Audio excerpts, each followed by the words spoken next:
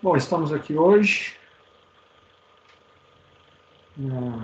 iniciando aqui a gravação de uma aula revisória, com relação ao assunto planejamento estratégico.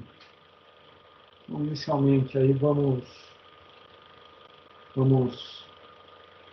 trabalhar os conceitos de planejamento, de estratégia, avançando com relação ao assunto, até finalizarmos com as ferramentas, a implementação das ferramentas estratégicas de matriz SWOT, Balance Scorecard, e propriamente dito, finalizando com um plano estratégico mais detalhado. Diante desse cenário, vamos avançar aqui com relação aos assuntos específicos. Vamos falar inicialmente sobre a evolução do pensamento estratégico.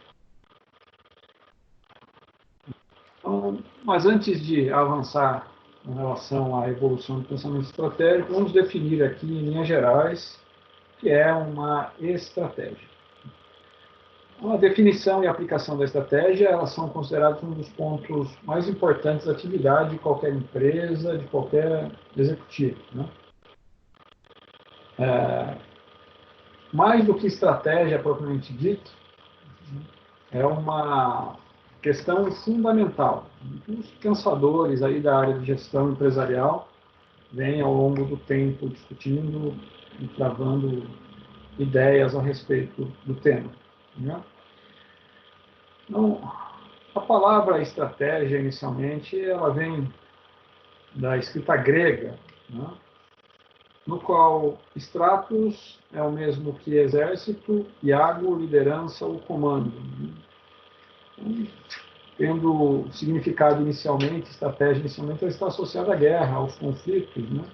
Mais especificamente em comando de generais de guerra que criavam efetivamente planos estratégicos para vencer as batalhas as quais era inevitável que participasse. Sobre esse contexto, e dentro dessa questão, quando avaliamos, né, o conceito de estratégia, nós estamos falando de liderança, de comando, e quando a gente faz a menção aqui ao exército, nós podemos naturalmente mudar essa conotação para pessoas. Então, liderança de pessoas, né? Comando de pessoas, enfim, para um determinado objetivo, né? Isso falando essencialmente, levando em consideração a vida de uma empresa. Então, as pessoas, no que diz respeito à estratégia, são comandadas, são lideradas para que, efetivamente, através dessa liderança, desse comando, se atinjam determinados objetivos, que, por via de regra, tendem a ser estratégicos na maioria das situações, estratégicos para a empresa. Se a gente fala em estratégia, a gente também tem que pensar em planejamento. Não existe uma estratégia que se consolide sem um bom planejamento. Assim, de uma maneira muito simples, né, e sendo até repetitivo com relação à utilização das aulas, né, as quais tivemos, se a gente for efetivamente pensar em planejamento, nós vamos pensar necessariamente em algo muito técnico, muito efetivamente técnico, do ponto de vista de que tudo que é planejamento tem que estar associado a um mapa, a uma anotação, a um registro, né? É o famoso anotar no papel de pão, como eu sempre digo. Quando falamos em planejamento e estratégia, são dois pontos que efetivamente se conectam dentro da ideia empresarial, ou dentro da ideia de qualquer situação que precisamos implementar algo, onde o planejamento, na verdade, nada mais é do que uma organização metódica de dados e de informações, que naturalmente tem o objetivo de levar à realização de algo. que pode efetivamente ser estratégico diante da dinâmica empresarial. Sempre, então, quando estivermos falando de planejamento e estratégia, na ordem da vez do tema planejamento, e de regra estaremos falando de implementar a criação de um controle, de um plano devidamente mapeado, devidamente organizado, devidamente registrado, né, que nos levará a uma execução, via de regra, como já falei, estratégica, para se atingir um objetivo importante para a empresa. O planejar é botar no papel. Criar uma estratégia é pensar na execução. Na execução para se atingir o objetivo que se espera.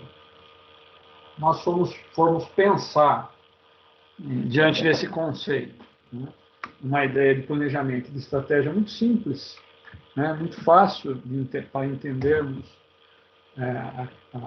a questão. Vamos imaginar da seguinte forma, né? Isso até foi um exemplo que eu dei em aula para vocês. Imagina que temos como meta reduzir despesas com o supermercado a partir de um determinado período, né? Então, qual seria um planejamento básico, ou seja, uma anotação metódica, um registro no papel, um controle que efetivamente poderia nos ajudar aí para se atingir esse objetivo? Pensar que seria uma lista de supermercado. Você monta uma lista de supermercado e coloca nessa lista os itens essenciais para que precisam ser comprados efetivamente e que sem aqueles você realmente terá alguma dificuldade do ponto de vista de alimentação, enfim, material de limpeza dentro da sua casa. Diante disso, então, uma lista de supermercado trava aí uma ideia de planejamento, né? O objetivo principal, porém, é reduzir os gastos com o supermercado, né?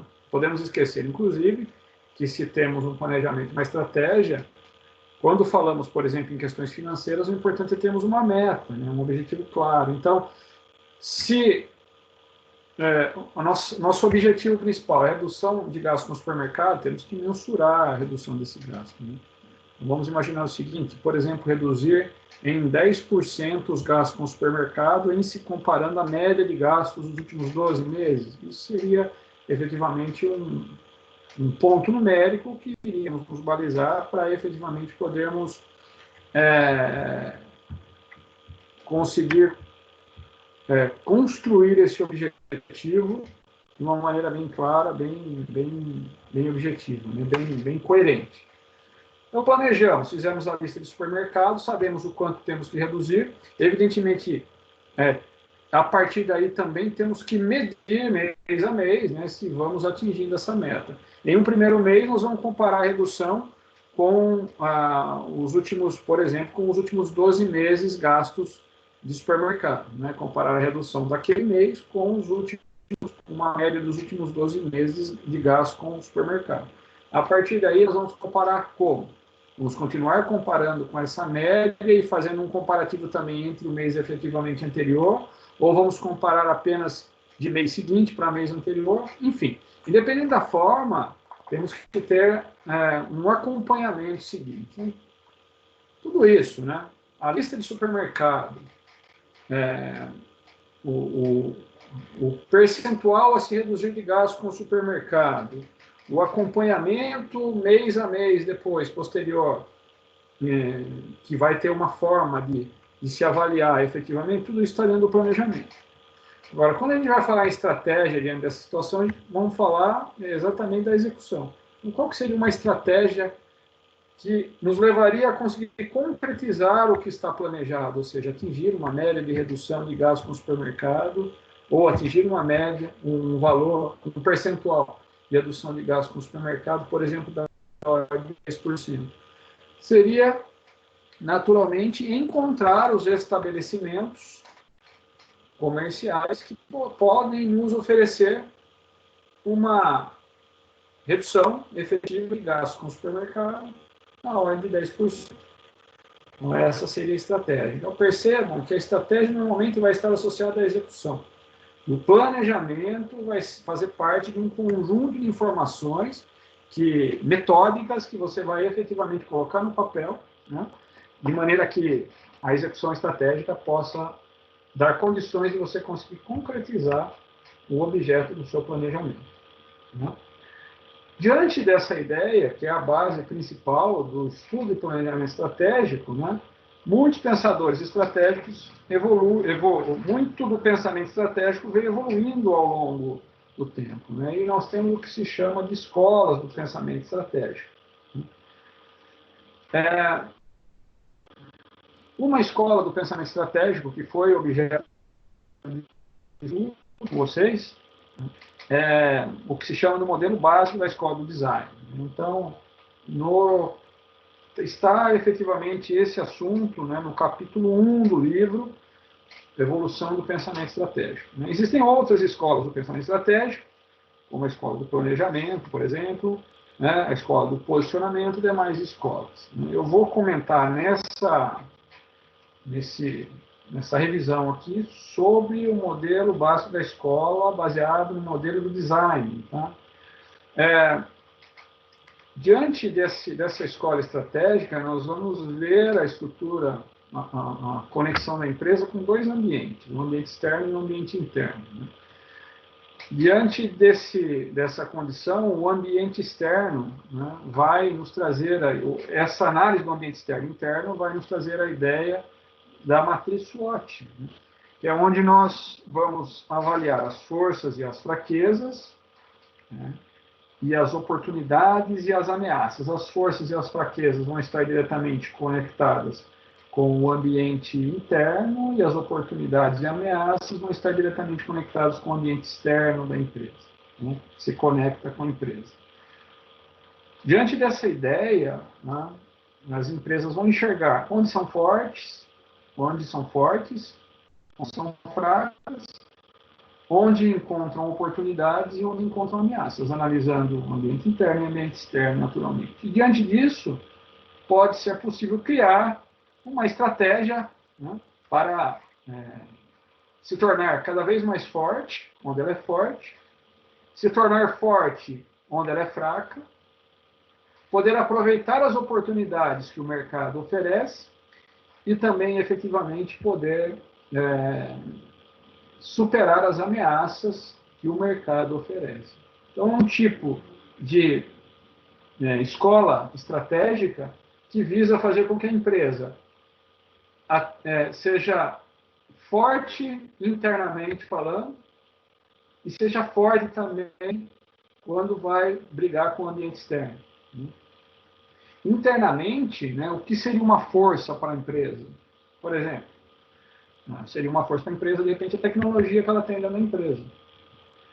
Porém, poderia ser uma fraqueza para a empresa, né, o baixo uso dessa tecnologia. Não adianta a empresa ter força, ter tecnologia, mas não usar essa tecnologia. Então, ao mesmo tempo que ela é forte, ela tem tecnologia, por exemplo, software, né, ela pode, de repente, sob uma análise assim, apenas exemplo, né, ela pode ser considerada fraca porque não usa essa tecnologia a contento. Uma oportunidade de mercado seria, por exemplo, a possibilidade de perceber que o mercado, né, os clientes em si querem um determinado produto e a empresa tem condição de lançar. Então, ela aproveita essa oportunidade e vai e lança o produto, passa a ganhar dinheiro em razão disso. E uma ameaça poderia ser considerada ameaça econômica, por exemplo. Imagine uma empresa que compra, né, vive de importação, importa muito, vender no Brasil, por exemplo, e o dólar alto, ela não tem muito caixa, muita condição de caixa rápido, né, dinheiro na mão. Então, quando o dólar sobe muito, ela tem de gastar muito dinheiro, né, muita moeda nacional para comprar os produtos lá fora. E aí isso acaba impactando diretamente, né, mais ainda no caixa da empresa e, consequentemente, nos resultados que ela financeiros que ela teria, né? Resultados que poderiam ser bons passam a ser ruins, porque o dólar está muito alto, ela tem que gastar muito para trazer os produtos para cá e para vender. E aí, se ela não tem uma estratégia, por exemplo, de ter um produto nacional que possa suprir esse momento de dificuldade, ela pode passar a ter sérios problemas de caixa, que muitas empresas até quebram em razão disso aí, né? Então, vejam só, ambiente interno e ambiente externo. São duas situações em que a empresa tem que operar e operar muito bem, para que ela se torne cada vez mais forte internamente, e para que ela, se tornando cada vez mais forte internamente, ela consiga brigar no mercado lá fora, de maneira a se tornar ou ser melhor que o seu concorrente. Que essa que é a base de tudo, né, gente? Uma empresa está no mercado brigando sempre para ser melhor que o seu concorrente, para poder tentar convencer os seus clientes de que o seu produto é melhor, de que ela oferece um melhor serviço agregado e assim por diante, né? Então, essa é a principal escola que eu queria comentar com vocês, porque eu creio que essa escola ela traga, basicamente, a base de todas as outras escolas, né? A escola do planejamento, por exemplo, a escola do planejamento, apenas para fazer uma observação e mostrar para vocês que a escola do design ela é a mais importante, efetivamente. A escola do planejamento ela preconiza, né, isso está no texto também no capítulo 1, a formação da estratégia como um processo formal, que segue um conjunto específico de etapas que devem ser observadas rigorosamente, né? A gente vê claramente no modelo básico da escola do design uma condição de planejamento envolvida. Quer dizer, a empresa tem que se planejar interno e externamente para poder enfrentar efetivamente os desafios que ela tem, né? A partir do momento que se avalia dessa forma, nós temos também a escola do posicionamento, né? Que é como a empresa vai se posicionar com relação às inúmeras situações, qual a estratégia ela vai usar diante das mais variadas situações que ela vai encontrar. Também se conecta diretamente, a partir do momento que você analisa ambiente interno e externo, descobre forças e fraquezas, oportunidades e ameaças, naturalmente fica mais fácil a empresa encontrar uma forma de se posicionar com relação ao mercado, ou seja, a maneira como ela vai efetivamente atuar diante dos mais variados mercados, diante do mercado em que ela está efetivamente inserida. Mais um exemplo, né, é a escola, deixa eu localizar aqui, escola do aprendizado, quer dizer, quando você analisa onde você é forte, onde você é fraco, onde tem oportunidade, onde tem ameaça, não, você aprende com isso. Então, traz também consigo aí uma outra escola, a escola do aprendizado. Existe também a escola do empreendedorismo, né, que trata da questão da elaboração de estratégias empreendedoras, no sentido de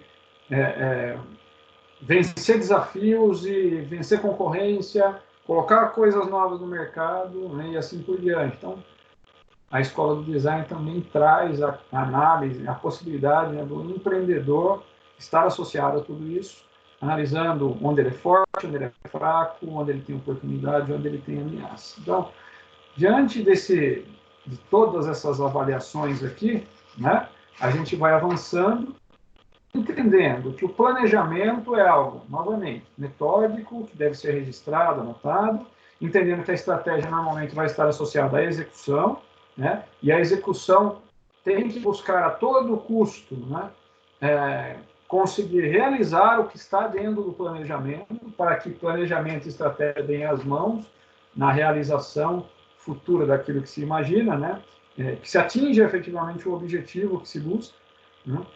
E para quê, gente, tudo isso? Para criar uma empresa estrategicamente mais competitiva, né? E aí vem o capítulo 2, que trata da gestão estratégica competitiva, né?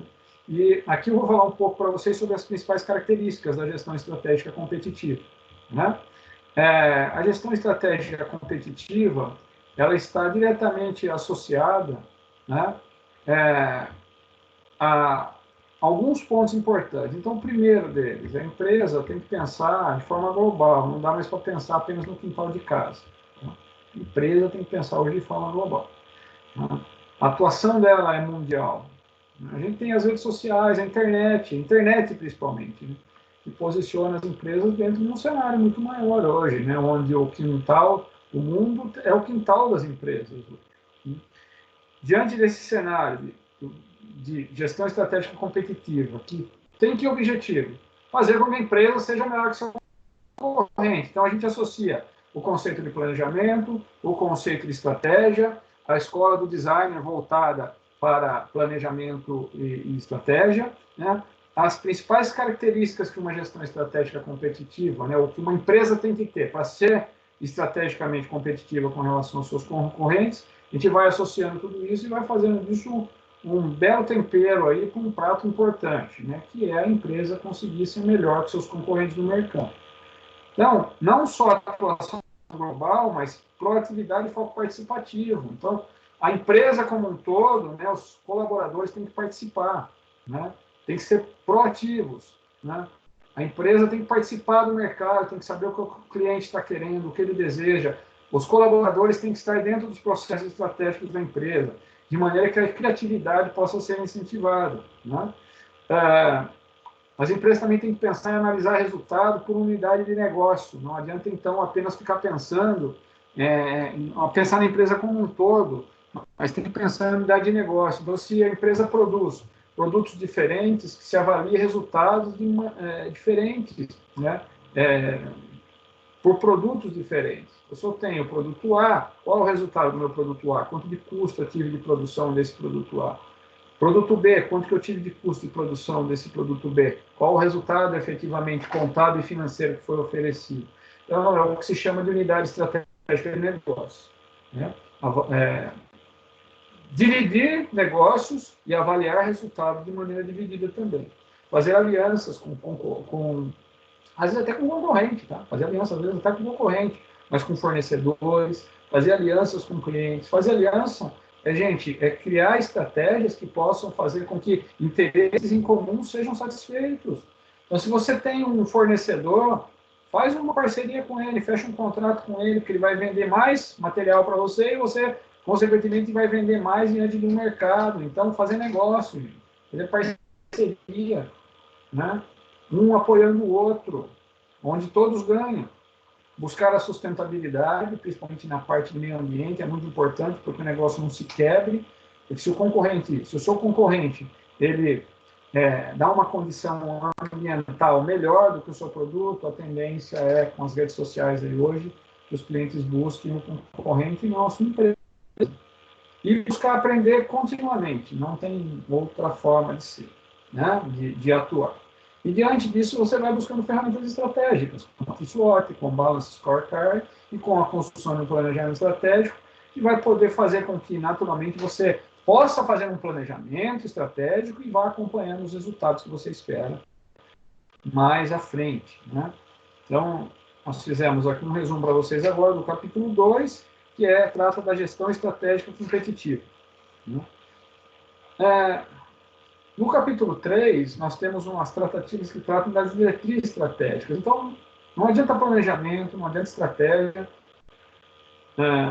não adianta avaliar uma escola estratégica ideal de acordo com o modelo de empresa que você tem, né? Não adianta pensar em gestão estratégica competitiva, pensar em mercado global, em incentivo à criatividade, em ênfase em alianças, se a empresa não tiver diretrizes estratégicas claras, ou seja, se a empresa não falar para onde ela quer ir, né? Então, o capítulo 3, ele vai basicamente trabalhar os conceitos de missão, visão e valores, né, que são as diretrizes estratégicas. Então, por aqui a gente passa de maneira bem rápida, porque o que é uma missão, uma visão e um valor? A missão é a razão da existência.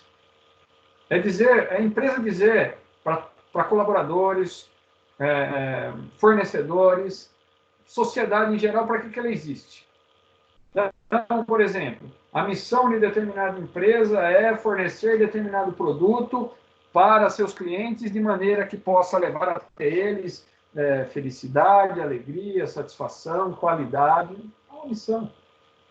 Se eu fosse associar uma missão, por exemplo, à minha vida pessoal, eu diria que a minha missão é trabalhar com educação, podendo multiplicar todo o conhecimento que eu venho adquirindo ao longo do tempo.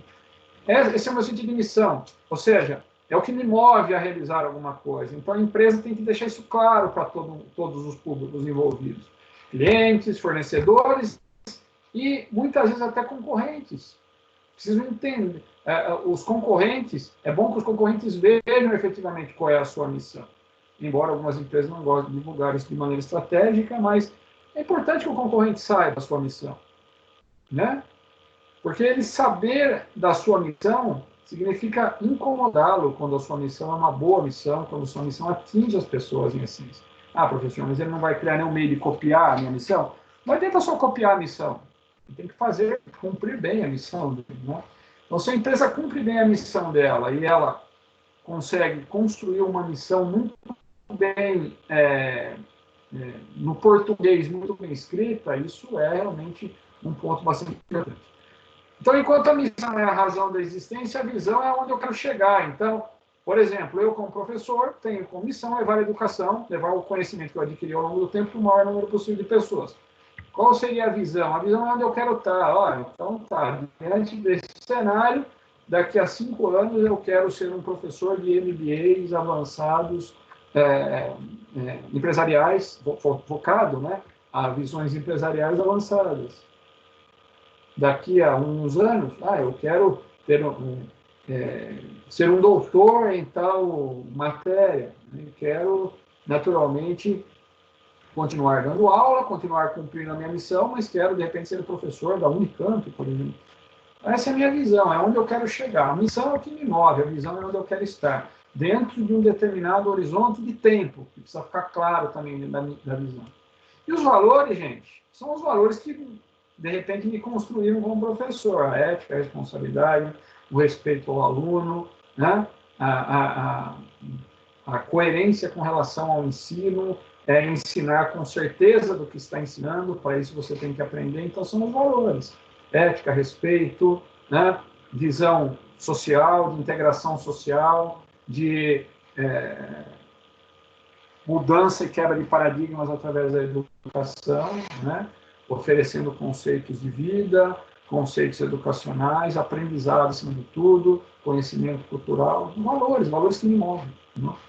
Para uma empresa não é diferente. Ela tem que saber o que move, o que efetivamente a move a construir, a estar atuando em um determinado mercado, onde ela quer estar em determinado horizonte de tempo, e aí a gente tem missão e visão construídas, e os valores, quer dizer, quais são os valores, né? Quais são os valores morais que vão levá-la efetivamente à construção desse caminho e atingir os seus objetivos. Né? No capítulo 4 e no capítulo 5, nós falamos de análise do ambiente externo e análise do ambiente interno. Tá? A escola do design já traz a análise do ambiente externo e do ambiente interno, mas aqui eu vou fazer algumas considerações, né, evidentemente, que são importantes e que a gente acabou abordando em sala de aula. Né? Então, na análise do ambiente externo, nós temos, enquanto empresa, principalmente a área de marketing, ela tem que entender, né, alguns segmentos de elementos do ambiente externo. Então, por exemplo, o segmento demográfico, econômico, sociopolítico e tecnológico. Né?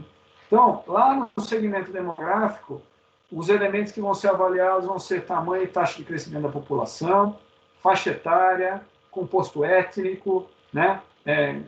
Distribuição de renda e assim por diante. Uma área de marketing tem que entender, por exemplo, se ela for fortalecer a venda em determinada região, se o público que lá está tem condição e renda para consumir o produto que ela está oferecendo. Né? Aí, vamos analisar diante desse cenário o segmento demográfico. A empresa tem que entender o segmento econômico. Né? Então, assim, o país está bom, não está bom, a taxa de juros está alta, está baixa, as pessoas têm dinheiro, têm renda, o desemprego, como é que está tudo isso? Para que ela efetivamente possa focar as suas forças, né? Sabendo se ela tem mais chance de dar certo ou dar errado naquele momento. Ou a questão sociopolítica, né? Então, traços culturais da população, né? Leis trabalhistas, atitudes, hábitos de diversidade cultural. Às vezes você vai tentar oferecer um determinado produto e a cultura daquele povo não vai aceitar. Então, também é outra coisa que tem que ser analisada e construída.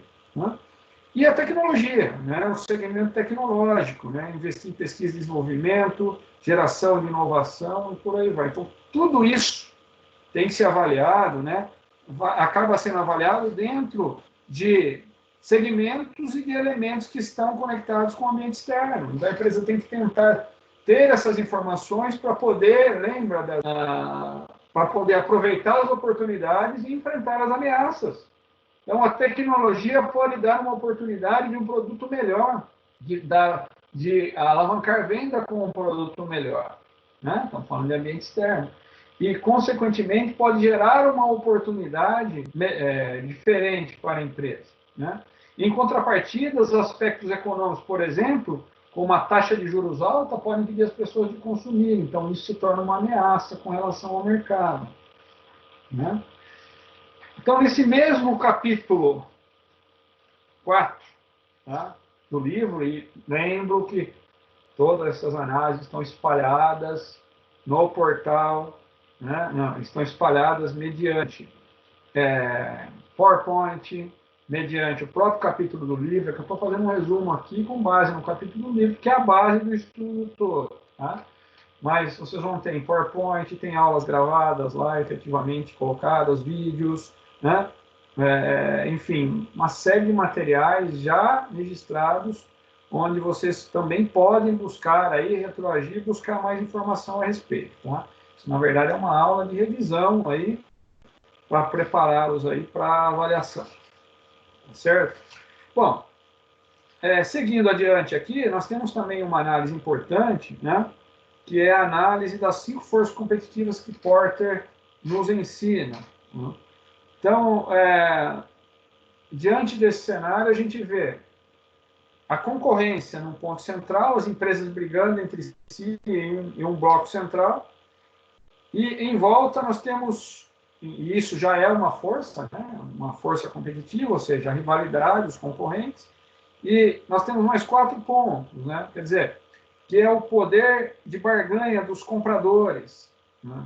Quer dizer, quem vai comprar o seu produto, o seu cliente, ele pode decidir, por exemplo, não comprar o seu produto por conta de preço. Então, isso é uma força que você tem que superar enquanto empresa no mercado. Em compensação, tem os fornecedores, efetivamente, né? O poder de barganha dos fornecedores também. Quer dizer, quando eles vão te oferecer o produto, eles podem deixar os custos de compra para você muito altos. Então, você tem que ter vários tipos de fornecedores, vários fornecedores diferentes para conseguir, naturalmente, diante disso, barganhar mais o seu preço. Então, você, enquanto empresa, tem que quebrar o poder de barganha do seu cliente e quebrar o poder de barganha do seu fornecedor, né?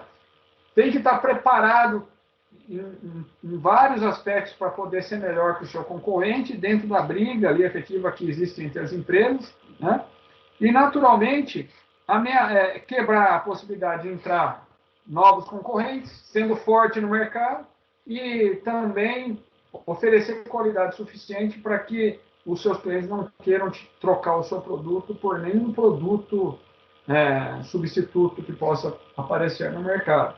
Então, é ser forte com relação aos seus concorrentes. Sendo forte, você pode impossibilitar a entrada de novos concorrentes. Você tem que quebrar o poder de barganha, de negociar preço com seus fornecedores e clientes, e, naturalmente, oferecer um produto de qualidade para que não apareçam produtos substitutos aos quais os clientes tenham vontade de adquirir esse produto em detrimento do produto que você está oferecendo, né? Então, diante de tudo isso, vejam que, de novo, a gente traz para cá a ideia de planejamento, a gente traz para cá a ideia de estratégia, a gente traz para cá a ideia da empresa ter que ser forte, tendo uma gestão estratégica competitiva, ou seja, sendo melhor que os seus concorrentes, efetivamente. Para isso, ela precisa ter direcionamento, que é ter bem claro missão, visão e valores, e, naturalmente, diante dessa análise mais aprofundada de ambiente externo, ela efetivamente encontrar forças para brigar com o mercado e, naturalmente, ser melhor que o seu concorrente. E diante de uma análise de ambiente interno, aí a gente mergulha, propriamente dito, né, na matriz SWOT, que é fazer um mapa realmente das forças e fraquezas, né, e também das oportunidades e ameaças, que aí já é o ambiente externo. Mas falando agora de ambiente interno, no qual a gente está aqui no capítulo 5, né, analisando o ambiente interno, existe um esquema da figura 5, né, que eu sugiro até que vocês possam efetivamente estar acompanhando, depois estar olhando no livro, que diz que uma empresa ela sobrevive na medida em que ela descobre as suas competências essenciais, ou seja, aí a análise das suas forças e das suas fraquezas são essenciais, né? De maneira que essas competências elas sejam valiosas, raras, difíceis de se imitar e insubstituíveis. O que vai efetivamente aumentar o seu grau de capacidade com relação à atuação no mercado. E ela, usando os inúmeros recursos que ela tem, né, máquinas, equipamentos, conhecimento, ela vai desenvolver ainda mais essa capacidade, né, de maneira que ela vai ter mais força e vai transformar fraquezas em forças e, efetivamente, vai eliminar fatores que possam ser críticos aí à concretização do seu sucesso. É claro que todo esse processo, esse procedimento, gera uma cadeia de valor, né, que a empresa tem e que vai dar a ela vantagem competitiva e realmente uma competitividade estratégica com relação ao seu concorrente. Resumo da ópera, pessoal. Quando a empresa pensa em trabalhar as suas forças e se tornar mais forte, que ela já tem.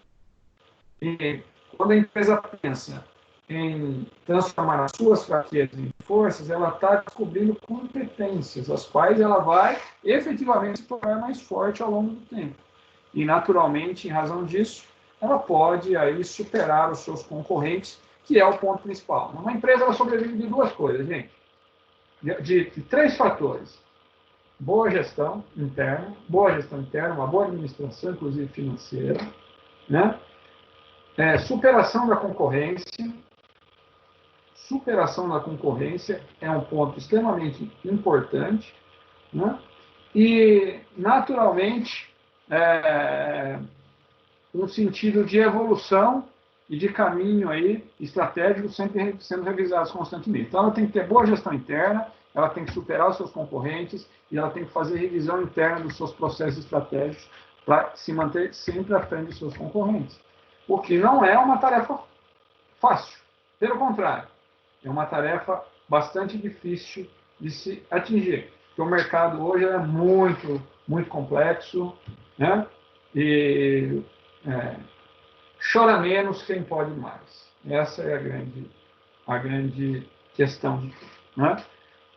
E diante de tudo isso que nós estamos falando, né, aí vem, né, o que se chama da formulação de uma estratégia competitiva, né? Porter ele detalha as estratégias genéricas de competição que estão no capítulo 6, né, do livro, né? E dando essas referências de capítulo também, vocês vão poder, caso vão consultar o material no portal, evidentemente localizar, né, esses materiais que foram disponibilizados para vocês, né? Mas quando Porter destaca as estratégias genéricas de competição, né, a gente tem que entender que uma empresa tem que ter foco no que ela vai atingir, ela tem que se diferenciar no mercado em termos de qualidade e atendimento, né, e tem que ter liderança em custo. Então, o custo dela tem que ser menor do que o seu concorrente. Então, ela tem que ter foco, ela tem que saber o que ela quer atingir, que tipo de mercado ela quer atingir, que resultado ela quer ter. Ela tem que ser diferente com relação ao seu concorrente e ser líder em custo. O custo dela tem que ser menor, porque quando o custo é menor, ela consegue oferecer um preço mais acessível. E esse ponto é extremamente importante, levando em consideração que se o mercado em que ela está for extremamente sensível a preço, gente. Se as pessoas decidirem não comprar por conta de uma variação de 2% a mais no preço, aí essa briga ela se torna ainda mais complexa, ela se torna uma briga ainda mais cruel e difícil com relação ao mercado, né? Então, andando com relação a esse conceito, né, a gente começa a enxergar aí efetivamente a necessidade de se formular estratégias competitivas, né? De se criar a formulação de estratégias competitivas. Então, a gente começa lá com a matriz SWOT, montando as forças, as fraquezas, as oportunidades e as ameaças, e é claro que dessa matriz SWOT tem que surgir uma execução e um acompanhamento. Então, eu era forte, criei uma estratégia baseada na matriz SWOT. Me tornei mais forte ou não? Eu era fraco enquanto empresa. através da matriz SWOT, estabeleci uma estratégia para se tornar forte onde não era. Me tornei forte onde não era. Isso ambiente interno, ambiente externo, oportunidades. Busquei oportunidades no mercado. Consegui concretizá-las realmente ou não? As ameaças que existiam estão sob controle? Elas foram superadas ou não foram superadas? Então, diante de toda essa análise, a gente vai trazendo todos esses conceitos e vai criando a formulação realmente de uma estratégia competitiva, utilizando ferramentas como Matrix SWOT, Balance Scorecard e, propriamente dito, o desenho de um planejamento estratégico, né? O qual eu vou mostrar para vocês aqui a partir de agora, né? Então, ainda antes de passar, né, nós estamos falando do capítulo 6, evidentemente, a formulação das estratégias competitivas, né, que vão ser desenhadas através de vários modelos estratégicos, que nós, efetivamente, aí agora, mais à frente, vamos mostrar para vocês. As estratégias funcionais, a gente já falou, serão estratégias que vão, na verdade, nascer da construção da missão, visão e valores. Então, o capítulo 7, ele traz um complemento, né, das diretrizes estratégicas, visando a conexão de missão, visão e valores diante de planejamentos estratégicos, da execução de planejamentos estratégicos. E no Balance Scorecard, nós vamos efetivamente agora, no capítulo 8, olhar a condição do Balance Scorecard, né? Então, que é uma ferramenta de desenho estratégico para execução estratégica, né? Então, o que é o Balance Scorecard? É uma ferramenta que vai auxiliar na implementação e controle de estratégias, dentro de um enfoque financeiro e não financeiro. Então, aquilo que dá dinheiro e aquilo que é importante, mas não necessariamente está ligado diretamente à condição financeira. Eu vou aqui mostrar para vocês o desenho, né, de um Balance Scorecard. Lembrando que esse material também está carregado no portal, né? Aqui essa planilha que agora aparece, tem todo o desenho, né, de um Balance Scorecard. Eu vou mostrar aqui para vocês, né? Existe aqui um modelo de um mapa estratégico. Então, o Balance Scorecard, ele vai montar um plano estratégico baseado em perspectivas, em 4 perspectivas, né? De ordem financeira e não financeira. Então, uma primeira perspectiva é a perspectiva financeira. Tudo que tem que ser feito, efetivamente, para que a empresa ganhe mais dinheiro. Uma perspectiva focada nos clientes, ou seja, tudo que tem que ser feito para atingir naturalmente os desejos do cliente. Uma perspectiva de processos, que são todos os processos que têm que ser realizados para que a perspectiva do cliente seja atendida e a perspectiva financeira da empresa também seja atendida. E o que esses 3 passos vão efetivamente gerar de aprendizado para que a empresa continue crescendo e continue evoluindo. Então, é uma perspectiva do que a empresa espera financeiramente, do que os clientes esperam, perspectiva do cliente, os processos que têm que ser realizados para que a empresa atinja, né, o objetivo, a perspectiva do cliente e a sua perspectiva financeira, e o quanto isso efetivamente vai gerar de aprendizado. Então, aí a gente tem uma conexão, né, que vai gerar uma base de valores importantes para a organização, né? Então, na medida em que você tem um processo, né, de aprendizagem, né, por exemplo, você foca em comunicação e gera uma aprendizagem efetivamente para o cliente, o processo inverso também é verdadeiro. Quando você gera aprendizagem interna, você melhora a comunicação com os seus clientes, ou seja, você cria processo de comunicação melhor com os seus clientes. Na medida em que você faz isso, você atende melhor o seu cliente, reduzindo tempo de espera desse cliente com relação ao que ele precisa. E, naturalmente, você reduz custos aqui com processos ineficientes diante desse cenário. Então, imagina o seguinte, você abre uma área de comunicação com o seu cliente, o famoso saque, por exemplo, ou pós-venda. Quando a sua comunicação é boa e você já aprendeu com relação a isso, evidentemente você cria um processo que vai dar, que vai atender melhor os seus clientes e vai dar resposta a eles mais rápidas. Consequentemente, você não tem um funcionário da sua empresa, você não vai gastar com o funcionário da sua empresa perdendo tanto tempo em dar a resposta que o cliente precisa. Então, o processo vai ser rápido e vai impactar na geração de custo lá, efetivamente. Né? Quando você tem um processo de aprendizagem que já evoluiu e a sua empresa tem uma boa comunicação, você vai, efetivamente, você pode ter, por exemplo, registro a consulta de dados mais rápido e vão poder atingir respostas mais naturalmente diz que a satisfação você acaba por aumentar a sua pertinente diante de um processo de aprendizado, né, quando os seus funcionários, né, e pessoas que estão ligadas ao atendimento estão devidamente preparadas, estão dentro de um processo de aprendizado importante, né, os processos de atendimento ao cliente são, por exemplo, mais eficientes, o que vai atrair os clientes. Ou vai fazer com que os clientes que você já tem continuem comprando a sua empresa, o que aumenta a sua receita e a sua lucratividade. Então, são 4 perspectivas que, se bem trabalhadas e elas têm da perspectiva financeira, passando pela perspectiva dos clientes, criando uma perspectiva de processo, elas vão gerar um processo de aprendizagem interna para a empresa e, ao mesmo tempo, uma base de aprendizagem vai gerar processos adequados que vão atender melhor o cliente e que vão gerar mais retorno financeiro para a empresa. Né?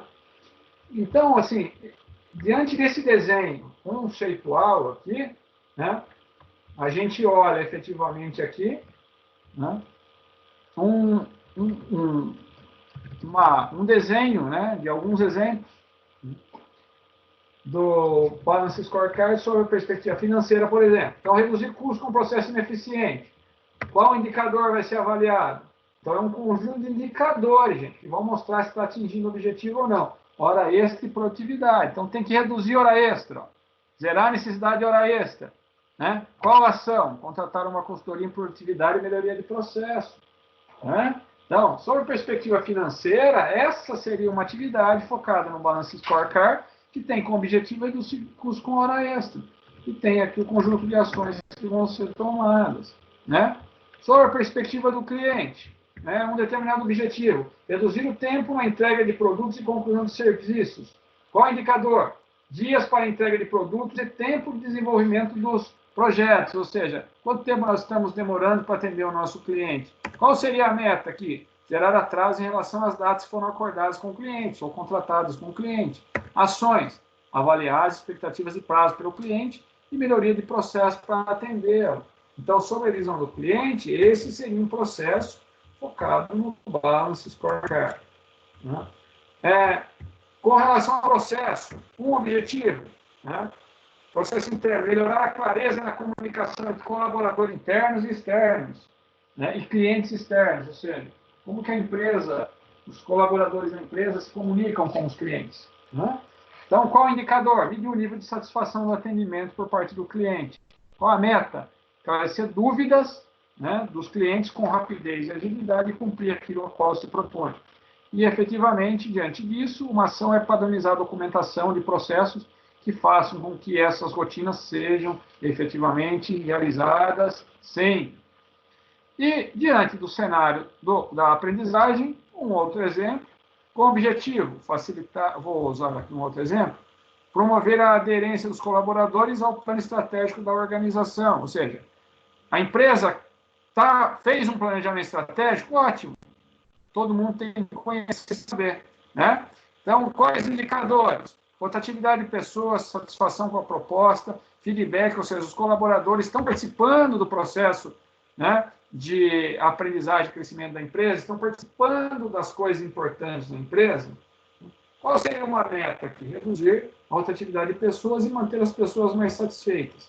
Ações, apresentar um plano de negócio focado, por exemplo, na área de recursos humanos, para a participação do pessoal em ações estratégicas.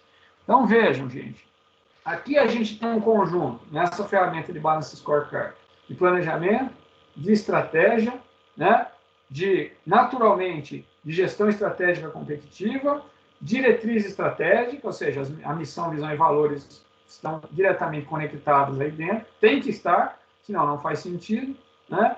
E, naturalmente, dentro de tudo isso aí, a gente tem efetivamente a construção, né, de análise de ambiente interno e ambiente externo, que também vão estar conectadas dentro da formação dessa ferramenta do Balance Scorecard. E aí, a partir daí, estamos desenvolvendo estratégias efetivamente, né? Estamos naturalmente construindo, né, o que vimos aí no capítulo 6, que é a formulação de estratégias competitivas. Agora, tudo isso aqui é plano, gente. A execução tem que estar dentro tem que atingir esse plano, a realização desse plano. Então, bate com o que nós falamos lá de planejamento e estratégia, né? Então, olha só, aqui nós temos um plano, tá? Indicadores e metas, né? Qual é a ação? A ação é a estratégia para atingir efetivamente esses pontos aqui de objetivo, indicadores e meta, né? Uma coisa vai se conectando e vai fazendo sentido ao longo aí do tudo que nós naturalmente desenvolvemos, né? E aí, por último, dentro desse resumo aí que nós estamos apresentando para vocês, né, eu vou apresentar aqui também o que já foi mostrado, na verdade, que é um modelo de planejamento estratégico. Então, é claro que um planejamento estratégico não se faz assim de forma tão simples, né? Mas aqui é um exemplo, né, para que vocês possam entender naturalmente, né, o desenho de um mapa estratégico, né? Eu reduzi aqui a fonte, para vocês enxergarem que é um caminho contínuo, né? É um caminho sequencial aqui, onde a gente efetivamente pode construir um plano estratégico, né? Independente do Balance Scorecard, independente da missão, visão e valores, a gente pode, através de todas essas ferramentas, consolidar aqui um plano estratégico geral, tá? Então, vamos lá. Então, esse exemplo aqui parte de 3 pressupostos, né? É uma empresa do ramo de construção de quadros poliesportivas, nós vamos chamá-la de Companhia do Esporte Limitada. O segundo pressuposto é: as vendas são realizadas no escritório e conforme toca o telefone, não existe um trabalho com metas de venda por estado, por exemplo.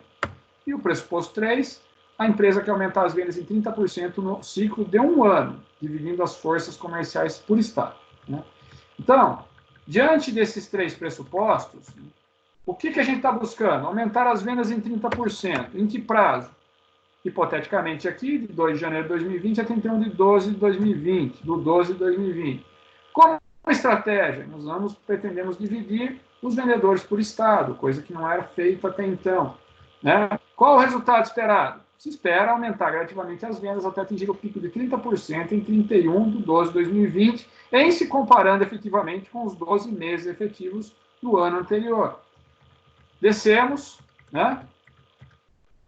Expectativa aí dos clientes, né? Então, nós temos que buscar novas frentes de clientes por estado. Temos que dissecar os estados com trabalhos específicos por estado.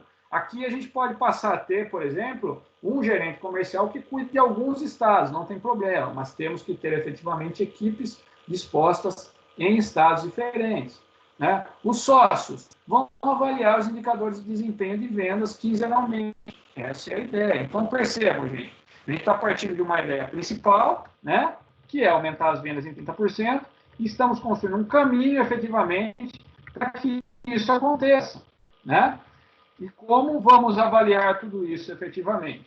É claro que se aumentamos as vendas, o departamento de compras tem que estar alinhado com os fornecedores, negociando o preço frente ao aumento das compras, para que não tenha custo muito elevado aí também, né? E trabalhar novos fornecedores para minimizar o risco de falta de material. Então, não adianta nada a gente querer aumentar a venda e até aumentar as vendas e depois não entrega. E para entregar produto acabado, no caso, que é a construção de quadras poliesportivas, a gente tem que ter fornecedores que não nos deixem na mão, né? Porque o material aqui é essencial, né? a tinta, o piso e assim por diante, o alambrado e assim por diante. Né? Então, os nossos colaboradores, né, todas as áreas têm que estar orientadas e focadas com relação à visão, né, que é o quê? Né? Efetivamente atingir o aumento de vendas de 30% vai dar à empresa, né, efetivamente uma condição, talvez, de liderança no mercado. Então, todas as áreas devem estar orientadas e focadas com relação à visão, especialmente entregando mensalmente indicadores de resultado. Os melhores vendedores nos últimos 3 anos devem assumir a gerência de vendas, né, para cada estado e formar suas equipes. A escolha das equipes será gerida pelo RH da empresa e deverá passar pela aprovação da diretoria. Então, vejam só, a gente vai precisar fazer uma realocação de pessoas, naturalmente, para atingir esse objetivo aqui que está marcado para vocês, né? Nesse momento. Claro que tudo isso dentro de uma ideia de missão, visão e valor. Então, qual seria a missão dessa empresa? Construir ambientes onde, através da prática esportiva, as pessoas possam se integrar e desfrutar de momentos que proporcionam saúde física e mental. Qual seria a visão? Ser a maior empresa do ramo de construção de quadras poliesportivas do Brasil até o ano de 2025. Com que valores? A socialização através do esporte deve ser o ponto fundamental de atuação da empresa, construindo ambientes conectados com valores tais como respeito e cordialidade, a fim de promover a saúde física e mental daqueles que são apaixonados por esporte. Né? E, diante de tudo isso, a empresa resolveu também construir as forças, as fraquezas, as oportunidades e ameaças. Então, essa última apresentação aqui, gente, mostra, assim, em linhas gerais, tudo o que a gente veio falando até aqui. Tá? Então, qual seria uma força dessa empresa? É um exemplo, né? Equipe de vendas bem preparada e estruturada. Qual que é a fraqueza? Falta de um trabalho de vendas dividido em metas por estado. Qual seria a oportunidade? O crescente aumento da prática de atividades esportivas, especialmente em quadras poliesportivas. Resultado de um trabalho de pesquisa nacional realizado por empresa terceira contratada. Então, essa empresa contratou uma empresa terceirizada para avaliar as oportunidades de mercado. Qual seria uma ameaça? Aqui vem um problema, né? Nós estamos vivendo uma pandemia de Covid-19, né? Então, uma ameaça seria um isolamento social por conta de uma pandemia. Então, olha só, foi feito todo um plano estratégico e agora vocês vão dizer assim, professor, você jogou água no meu show. Por quê? Porque esse plano estratégico não serve para nada nesse momento, porque tem isolamento social. Se tem isolamento social, as pessoas não vão praticar esporte. Se as pessoas não vão praticar esporte, não vai ter quem queira construir quadra poliesportiva para as pessoas efetivamente praticarem esporte. Sim. Lembra da ameaça? Essa é uma ameaça, né? Que se consolidou. Então, a meta foi atingida, gente. Então, diante das medições que nós tínhamos, num estudo hipotético, até 15 de março, houve um aumento de, não de 30%, mas de 40% nas vendas de quadras poliesportivas. A partir daí, veio o isolamento social. O que aconteceu? Evidentemente, a coisa decaiu muito. O que uma empresa como essa tem que ter num momento como esse? Caixa. Se não tiver caixa, não se mantém no mercado. Fecha as portas. Fale. Vai à bancarrota, como dizem. Né? Então, diante desse cenário todo, ficou dentro do prazo o atingimento dessas metas? Não, por conta da pandemia de coronavírus. Então, foi utilizada a estratégia prevista? Olha, é um planejamento estratégico, que nós estamos respondendo perguntas diante do que aconteceu. Sim, até 15 de março se atingiu os objetivos. Então, qual que é o detalhe de tudo isso agora? Aguardar a quebra do isolamento social e continuar firme nos objetivos, trabalhando vendas, home office, para a realização ao fim da pandemia, formalizando contratos e dando uma margem de desconto de 20%, já que a empresa trabalha com uma margem de 65% de lucro. Então, olha só, essa empresa criou todo um planejamento com base em tudo que nós falamos, mas a ameaça da pandemia acabou jogando temporariamente água no chope dessa empresa. Professor, essa empresa segue em frente ou não? Se ela tiver caixa para se manter ao longo dessa crise, sim. Se não, não. Aí vem uma grande lição, gente, de planejamento de estratégia e de construção de um planejamento estratégico. Baseado em planejamento, em estratégia, em missão, visão e valores, em gestão estratégica competitiva, baseado em Balance Scorecard, baseado em matriz SWOT, enfim, planejamento estratégico. Não adianta de nada se, evidentemente, a empresa não estiver forte o suficiente para vencer as ameaças que o mercado vai oferecer invariavelmente. E qual seria, então, a receita para vencer essa ameaça? Ter dinheiro no bolso, que seria resultado de uma boa gestão ao longo do tempo. Se a empresa não tem reserva financeira, a chance realmente de ela fechar as portas passa a ser muito grande nesse momento. Bom, diante disso, então, aqui está um resumo de tudo o que estudamos aí, em todos os dias de aula de planejamento estratégico. Evidentemente, uma aula resumo, ela durou aí 59 minutos, um pouco além, né, do que estava previsto, 50 minutos, mas creio que vocês terão aí informações importantes e relevantes para a construção da prova que lhe será passada. Tá certo? No mais, avaliem todo o material que está carregado no portal, façam também uma revisão própria, né? Me encaminhem dúvidas, eu estarei à disposição. Lembrando, evidentemente, que durante o decorrer dos próximos dias eu estarei abrindo no portal chats, fóruns de discussão, e inclusive estarei à disposição aí para tirar dúvidas de vocês. É só encaminharem as dúvidas que porventura possam estar presentes durante o decorrer dessa revisão do material com relação ao curso de planejamento estratégico. Um abraço, uma boa sorte para vocês. Contem comigo. Até a próxima.